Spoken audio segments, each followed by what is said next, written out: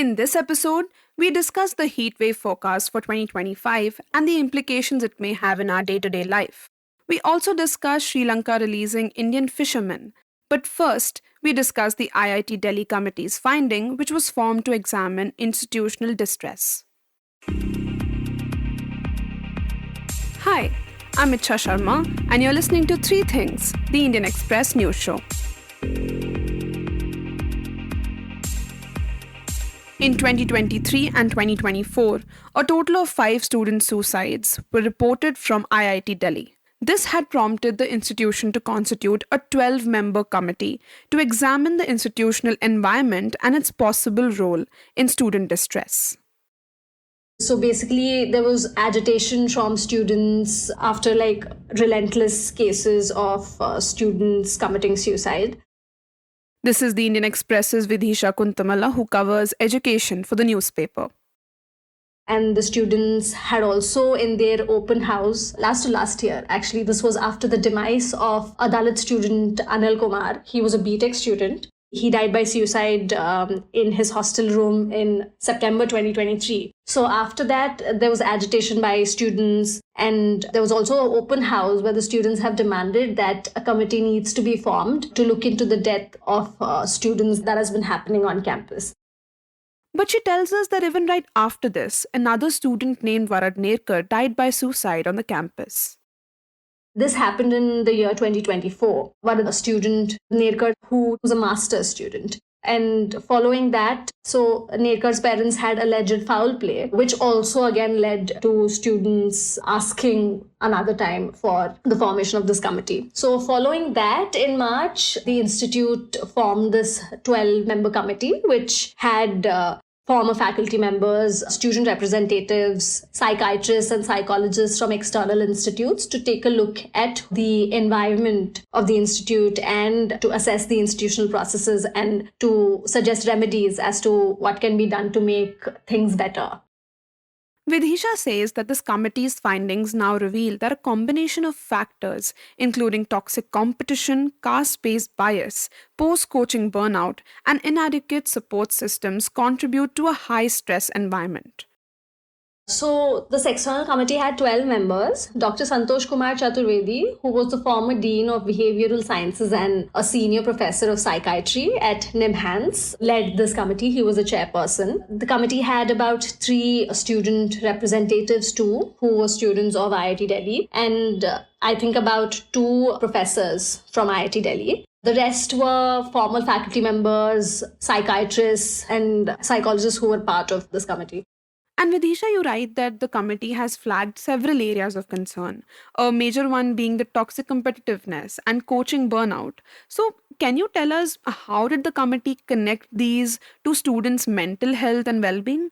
So this 12-member committee had gone through all the previous committee reports which were formed for student welfare. There was another committee as well which was formed in the year 2023. It's called the Academic Progress Group, APG. That also stemmed out of student demands on campus to look into and to help reduce academic stress on students. That also followed the agitation. I mean, that was one of the demands that stemmed out of the agitation of students after Anil Kumar passed away in September 2022, the Dalit student. So just like the APG, there were several other committees which were formed over the years to look into student welfare matters. So this committee first took up material and reports that were put out by these committees. The committee then also interacted with various stakeholders in one-on-one interviews, in-person, hybrid mode, and also online virtual conversations. These stakeholders included everybody starting from students to faculty, staff, and administration. And this committee also floated a survey form for feedback from students, and sources had told us that it had a good, decent amount of responses that they've received. So this was the basic mechanism based on which the committee functioned. And after analyzing all of this, the committee had come up with some key observations and recommendations. Right, and we understand that the report also flags persistent caste-based discrimination on campus, including what they call microaggressions. So, what are these observations that they have made, and also what patterns or common experiences have they flagged? So the committee did find out and termed something called as microaggressors.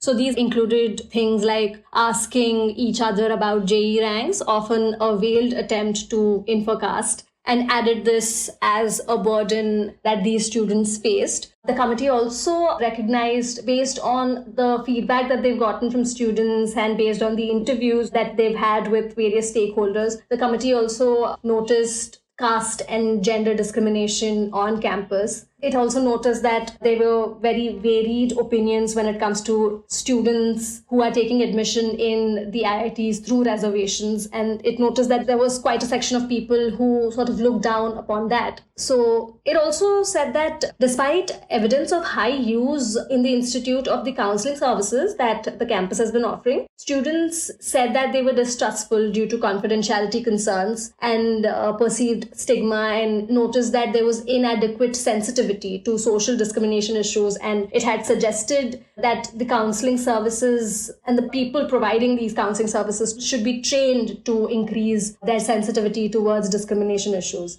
Right, and you also write about the campus's relational climate, particularly between students, faculty, and the administration. Did the students not trust the systems meant to support them? So there was evidence that counseling services were being highly used, but there still was some amount of distrust. Plus, when it comes to student-teacher relationships, several people have told us that the faculty was not equipped enough to sort of support their own students emotionally. So students have raised this issue, and the committee observed this, that faculty should be given more inclusivity and sensitization training to deal with this. So the relationship between students and teachers, and the relationship of both with the administration was filled with distrust, as observed by the committee. Right, and what have been the most urgent reforms recommended by the committee? So the committee did recommend some sweeping structural campus reforms, and those included drafting a clear anti-discrimination policy and putting it up on the website, and making sure that every student, teacher, and staff or administration member knew what was crossing the line and what was not. So this was one big reform that was recommended. And the committee also further recommended rethinking the CGPA as the sole success metric, and choosing more empathetic campus leaders, strengthening faculty-student ties. It has also come up with an idea or a recommendation to either teach civic learning in order to reduce bias through modules or through other courses. And it also recommended the administration to respond in a better way and in an urgent manner to student concerns. And Vidisha, the Supreme Court has also weighed in on this issue by directing the formation of a national task force.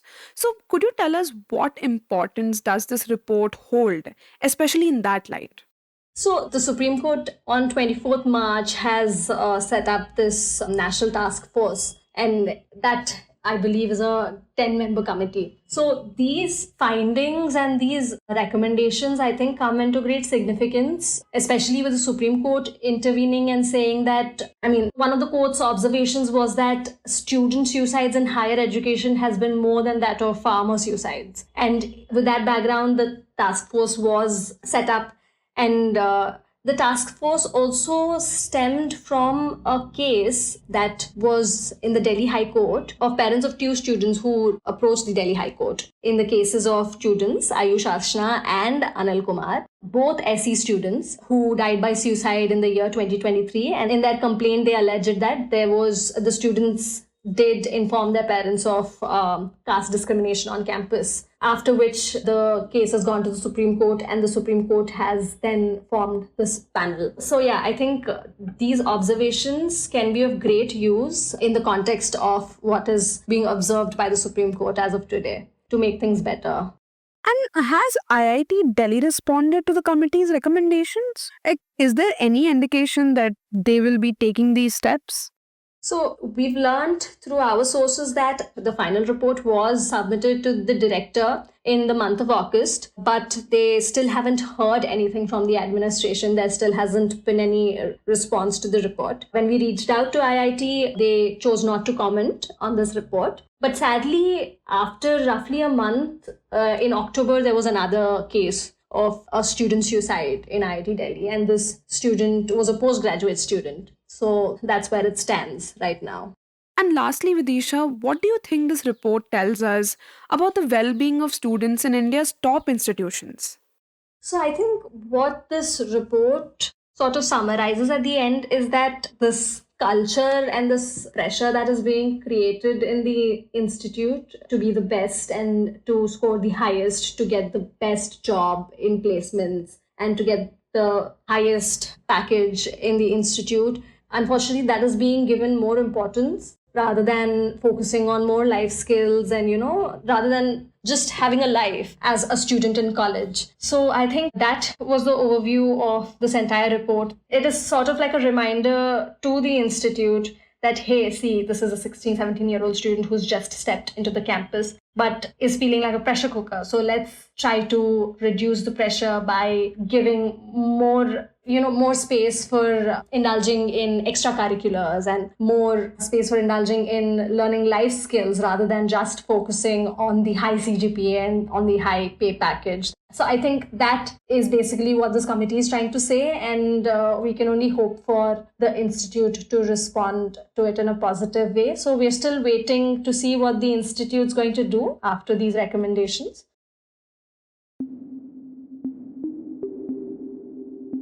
And next, we talk about heatwave predictions for 2025. As we approach the summer season, the Indian Meteorological Department has issued a forecast stating 2025 is likely to experience even more heatwave days than usual. While this forecast is not surprising given the experiences of the past few years, especially 2024, which was extremely hot, it does raise concerns about the impact these heatwave days could have. To understand more about the IMD's predictions, the expected impact, and the government's action plan to manage these heatwave days, my colleague Niharika Nanda speaks with the Indian Express's Amitabh Sinha in this segment. Amitabh, heat waves are not a new phenomenon. They have been increasing for the past couple of years. So, could you tell us what kind of a pattern they have been following? Yes, so it's fairly well established now that heat waves have been increasing both in frequency as well as in intensity, mainly because of climate change. And this is a worldwide phenomenon, not confined only to India. But India, as we know, is also one of the places where heat waves are not just common, but also very intense, even otherwise. And under climate change scenarios, they are getting more frequent and they are getting more intense now. And what are the predictions for 2025? What does the IMD forecast say? So, what the India Met Department announced last week is the seasonal forecast for the coming summer season. We are already in the summer season. So, they announced the forecast for April, May, and June. And what they said is that this year's summer is likely to have, heat waves which are expected to be much more intense than normal, right? So basically saying that the heat waves would be over prolonged periods, maybe longer, and they would also be much more intense. So that's what the India Met Department has announced for this summer. And the heat waves would be experienced in most parts of the country, except for the southernmost part and the northeast. Most of the country would experience these heat waves during the summer season. So that's what the Met Department has said. And does this also mean that we will essentially experience more heat waves than we did last year? So when the IMD says that this year is going to be much more intense than normal, it is not in any position at this point to say whether the number of heat waves this year would be more than what we saw last year. So that is not something that can be predicted at such an advanced stage. It's just saying that the number of heat wave days would be more than what is generally expected. And talking about last year, the IMD said that 2024 broke many records as far as heat and temperatures are concerned. Yes. So 2024 famously was the warmest year on record till now. Also, it was the first year that the annual average temperature exceeded 1.5 degrees more than the pre-industrial times. That's a threshold that's monitored from the climate change perspective, and 2024 was the first time that that threshold was crossed. So 2024 was an exceptionally hot year, but we have to be little careful here. The annual average temperature is a very different metric from heat waves, in the sense that it's not necessary that a year which has a lot of heat waves will also end up as the warmest year or a very warm year. Last year it did happen. In India, the number of heat wave days in 2024 was the maximum in the last 15 years. And this is roughly the time that we have been actually, measuring heat wave days very clearly across all the states. A total of 554 across the country. And the last time it was more than this was in 2010, when the country had experienced about 578 heat wave days. No, but how are 554 days of heat waves possible in a year, considering that there are, of course, only 365 days in a year?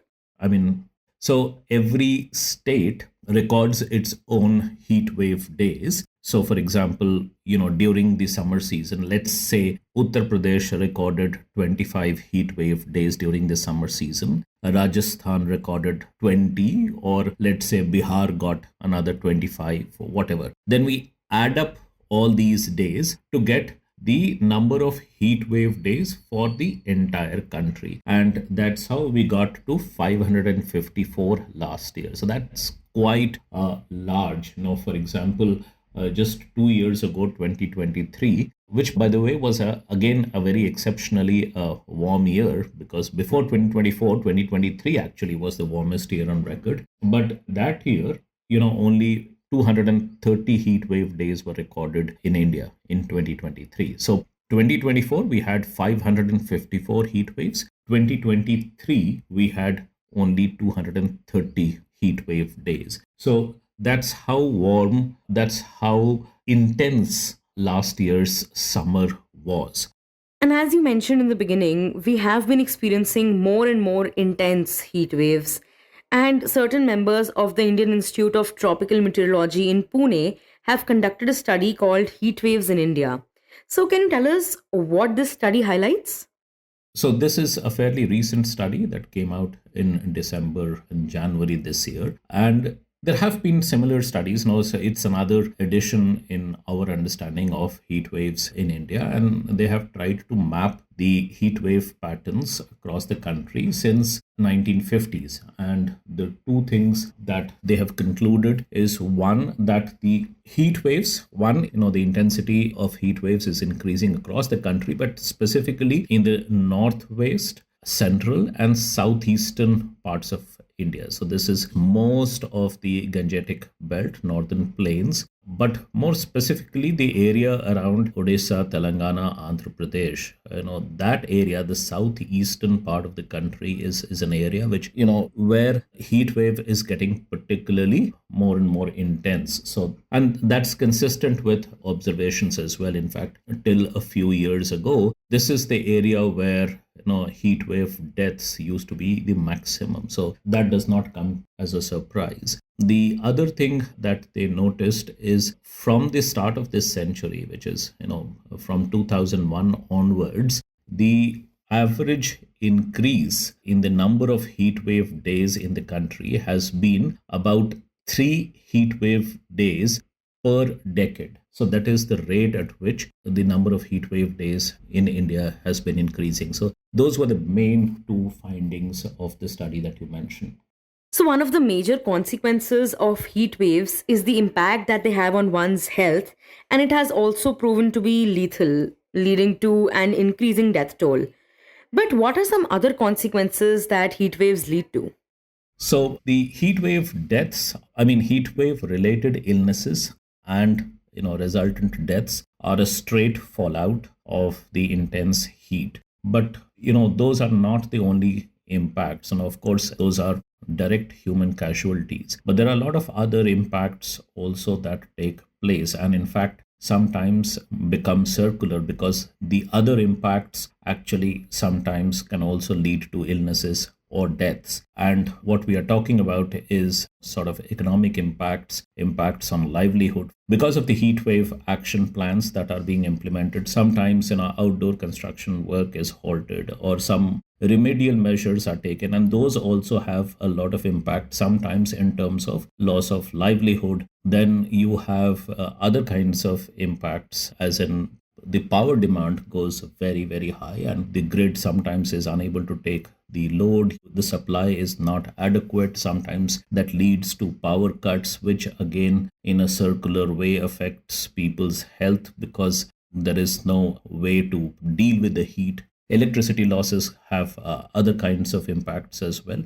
So the impacts of heat wave come in various forms, and in fact, there have been studies which talk about not just the health impacts but also the economic impacts of heat waves, because of which managing these heat waves and their fallout has become very, very important. Yeah, and talking about managing these heat waves, what kind of measures are taken to prepare for such situations, and what role does the government end up playing? Right. So, unlike some other, climate impacts, for example, hurricanes or cyclones that we face, those are much more difficult to manage. Heat waves can be managed, relatively speaking, with in relatively straightforward manner, and that's what some of these heat action plans they tend to do. I mean, that's why these have been designed. So, what some simple steps, some easy steps, like making cool water available in public spaces, which means that people who are out in the open and are exposed to excessive heat, they have access to shades in public spaces, access to either naturally shaded places or created sheds. They can minimize the impacts of heat wave. The other thing that's often done is part of several heat action plans is the distribution of the normal salt and sugar solution, which comes in handy in times of dehydration. So especially in areas where the population is vulnerable and exposed, in the slums, in the poor communities, the distribution of these free sachets of salt and sugar, these solutions, which work very well during dehydration. These are some of the very simple steps that can be taken, which actually that doesn't take away the heat waves, but they minimize the impact and they provide some amount of comfort and relief. Yeah, and you write that besides this, there are some other more complex heatwave management steps that are taken to mitigate the impact. Can you give us some examples of that? So there are whole range of other kind of steps that are initiated. For example, something what is called as activity management. So you change the times of schools and colleges, you change the times of offices so that the peak period, say during 11 o'clock in the morning to 3 o'clock in the afternoon, or maybe 12 to 4 or whatever the timing is, at those times, there is minimum amount of outdoor activity happening, so that it leads to lesser number of people getting exposed to heat. So that kind of effort also goes in while implementing these heat action plans. Also, then there are other sorts of things, urban reforestation, for example, creation of urban green spaces, also painting of roofs and ceilings so that they do not become heat trapping surfaces. So a variety of measures are initiated under the heat action plans, and there are heat action plans are being implemented in almost 23 states and many more cities through their municipal corporations. Each have their own specific things that are done according to the local demands, local requirements. But as I said, these are relatively simple measures which actually go a long way in bringing down the heat-related illnesses and deaths. But Amitabh, how well have these programs been implemented and have they shown any results?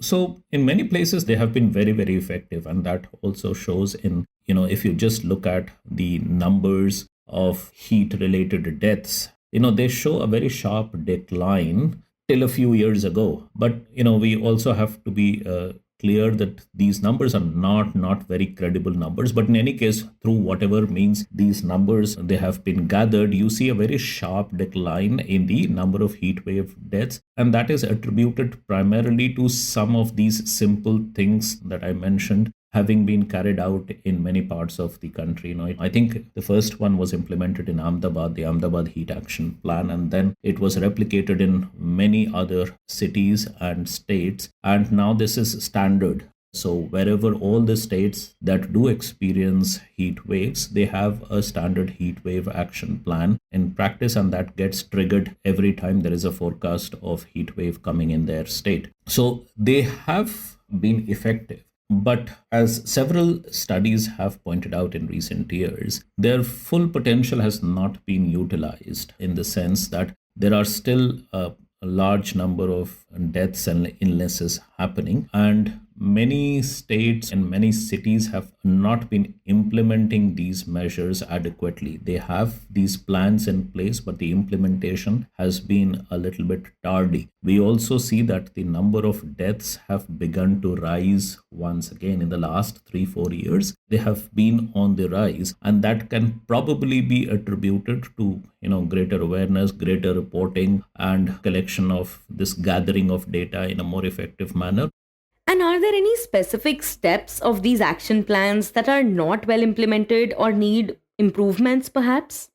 So one particular assessment that came out earlier this year that pointed out that this particular assessment was from a group called Sustainable Futures Collaborative. It's a Delhi-based research organization. And they pointed out that while the reactive sort of steps are initiated, so once the heat wave makes an appearance, then of course some of the things like availability of water or the creation of shades, those kind of activities do take place. But the more long-term solutions, the long-term action plans like greening of the city, painting of the buildings in colors that reflect the heat, that do not absorb the heat, and a variety of similar like long-term actions that deal with heat in a more sustainable way, those action points usually get either ignored or not implemented very well. So that's been a weak point with many of these heat action plans.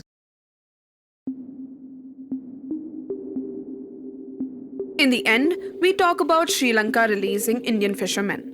During Prime Minister Narendra Modi's official visit to Sri Lanka, the government of Sri Lanka released 11 Indian fishermen detained for alleged maritime violations. The decision was positioned as a special gesture by the host nation and came a day after both countries held formal discussions on long-standing issues affecting fishermen from Tamil Nadu and northern Sri Lanka.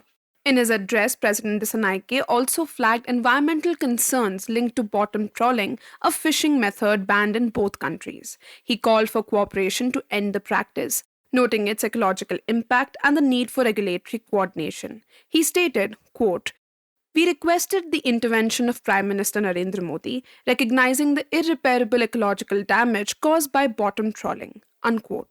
The visit was Modi's first to the island nation since Dissanayake assumed office and marked the first foreign delegation hosted by the new government in Colombo. The meeting included discussions on defense, digital technology, health, and connectivity, and led to the signing of multiple agreements.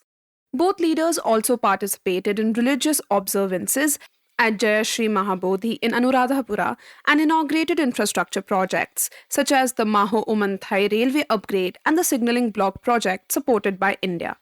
In a clip shared by PM Modi on social media, he described the gesture as part of a larger shared cultural and civilizational bond and called his visit a reaffirmation of the two nations' bilateral cooperation. In a post on X, he stated, quote, "Deeply grateful to President Dissanayake, the people and government of Sri Lanka for the warmth extended during my visit. This visit has reaffirmed the deep cultural, spiritual, and civilizational ties between our two nations," unquote. The Prime Minister departed from Anuradhapura Airport following the conclusion of the 3-day trip and was expected to inaugurate development projects worth over 8,300 crore rupees in Tamil Nadu, including stops in Rameshwaram shortly after his return.